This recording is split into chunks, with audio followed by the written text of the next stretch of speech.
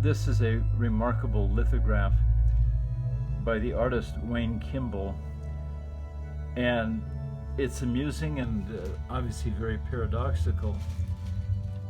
The colors I love. It goes from the yellow-orange with that vein-like or web-like pattern down to an orange, and the apparent tile is cut at various unusual angles. But here we see the legs of what would appear to be a pedestal or a table, and on top of that, a glove that seems to have padding of a glove that one would wear in the winter. And yet, to me, it speaks of perhaps even a surgical glove, I'm not sure. And that there is green that he chose, or a turquoise color. It is reminiscent of a surgical glove.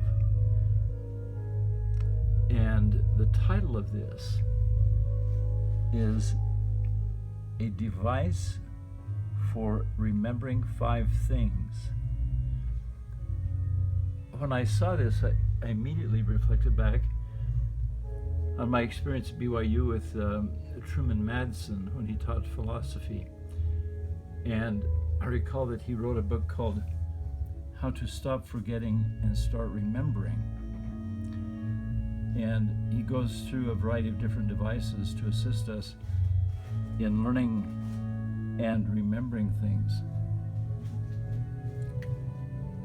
But it's and perhaps the focus is not even on remembering.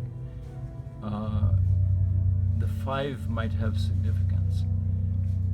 The workmanship on the woodwork here is exquisite, as is his work representing it. But remembering is a huge issue in life. You know, in medical school, I've long complained that they have these old militaristic methods for remembering and training. And so basically they go through and intimidate and browbeat and verbally beat you up, and they claim that that is education. And I have no idea why they are married to that concept, because I do not see it as being essential to do any of those things in order to learn.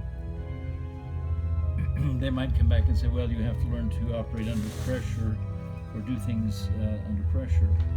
True, but one doesn't have to do the other things, the name calling, such as shithead, fuckhead, dumb fucking moron. And I asked a faculty member at BYU, he took lessons from Marcel Dupré, the great organist, and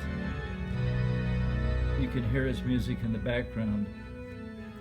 He was probably considered to be the greatest technical, or have the greatest technique of any organist in the late 19th and early 20th century.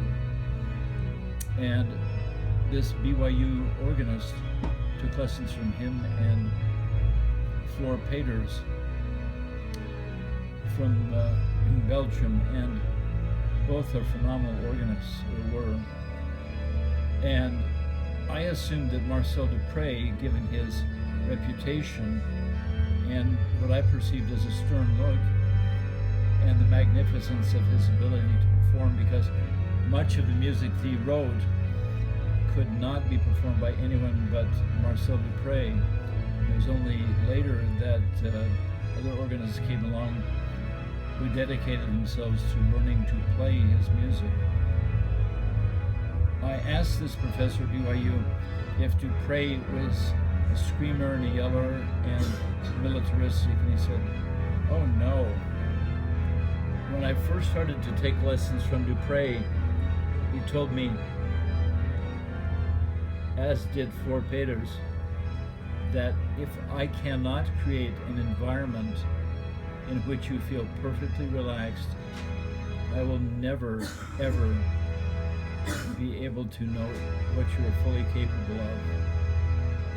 And I was utterly astonished. And others would come back and say, well, there are studies that show a certain amount of stress up to a certain level tends to enhance performance, and beneath that, excuse me, or beyond that, it's counterproductive. In any case, I learn best when I have an environment of being cared about, and that the teacher is very patient.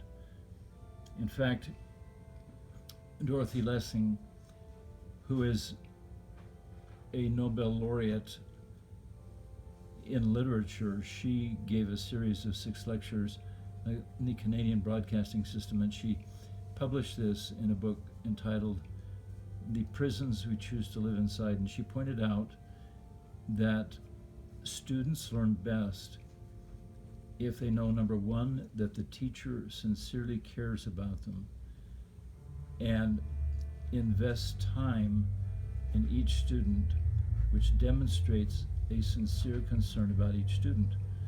And secondly, that the teacher establishes high goals and tries to exact the most out of the student as possible, but is not unrealistic and does not exert undue pressure. Now, with the business of remembering, our neighbor in a bunker, she was 16, she's from Denmark, and she was 16 when the Nazis swept in and conquered Denmark very quickly. And the Nazis were there for 5 years until finally the war was over and they left. And there are many things that she would like to forget about that. I asked her what was the most difficult, and she said, not knowing if or when the war would ever end. Ironically, she developed a melanoma on her back. It was removed by some surgeons, and they told her that they, quote, got everything, quote. And in point of fact, they did not. And it later recurred at that site, metastasized, and it caused her death. I loved her saying, as my wife and I talked about a variety of issues with her, she would say, well, it is what it is. And regarding remembering, I remember when I was younger that the person who was the director of music in our ward, Owen Bingham, it was back in the day when we had Sunday school and we had practice hymns, and we would practice singing parts there in the congregation. But I recall when he discussed the hymn whose words were written by Rudyard Kipling, and the arrangement I love the most is the music was written by Leroy Robertson. But at the end, in each stanza, Kipling said repeatedly, Lord God of hosts, be with us yet. And finally, God of the nations, spare us yet, lest we forget, lest we forget.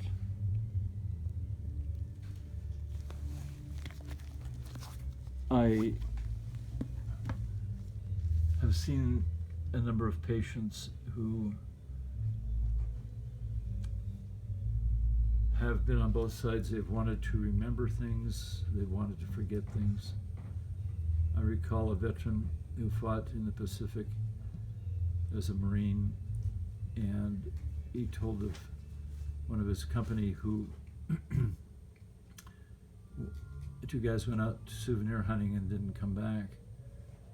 And when they didn't come back, then the rest of the company formed a search party, and they went out and they found him and his companion, their bodies hanging from trees, and their genitals had been cut off and stuffed into their mouths. Well, these U.S. soldiers went back. They got these huge industrial-sized flamethrowers, and they went searching on Iwo Jima, which is where they were, through the caves, looking for the Japanese soldiers who had apparently done this atrocity.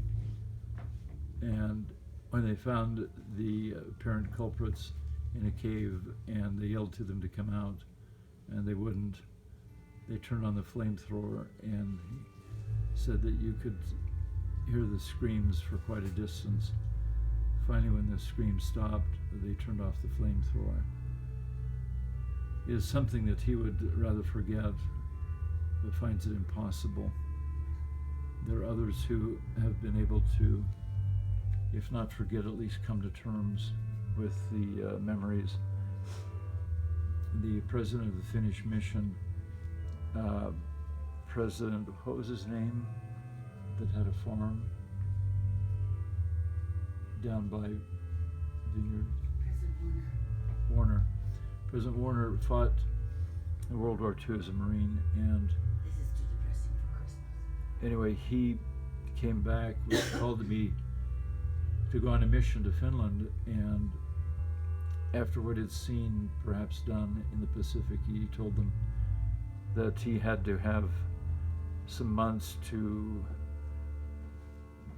think through things and resolve some things, and finally he told them that he was ready, and so he went to Finland.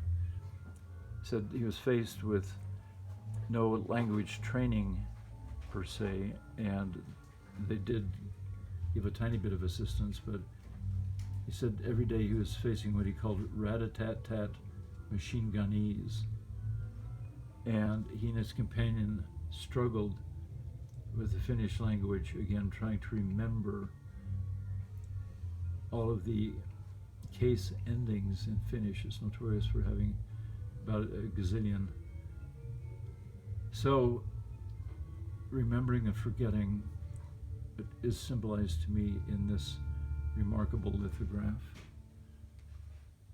In the background is the music of Marcel Dupré. By the way, his student said that before each lesson that he and the other students had to memorize all of the music for that lesson so that they would practice the music during the lesson completely memorized. And so Dupré, though he was extremely kind, was extremely demanding. And the same with floor painters. He expected the music to be memorized before the lesson, not after the lesson.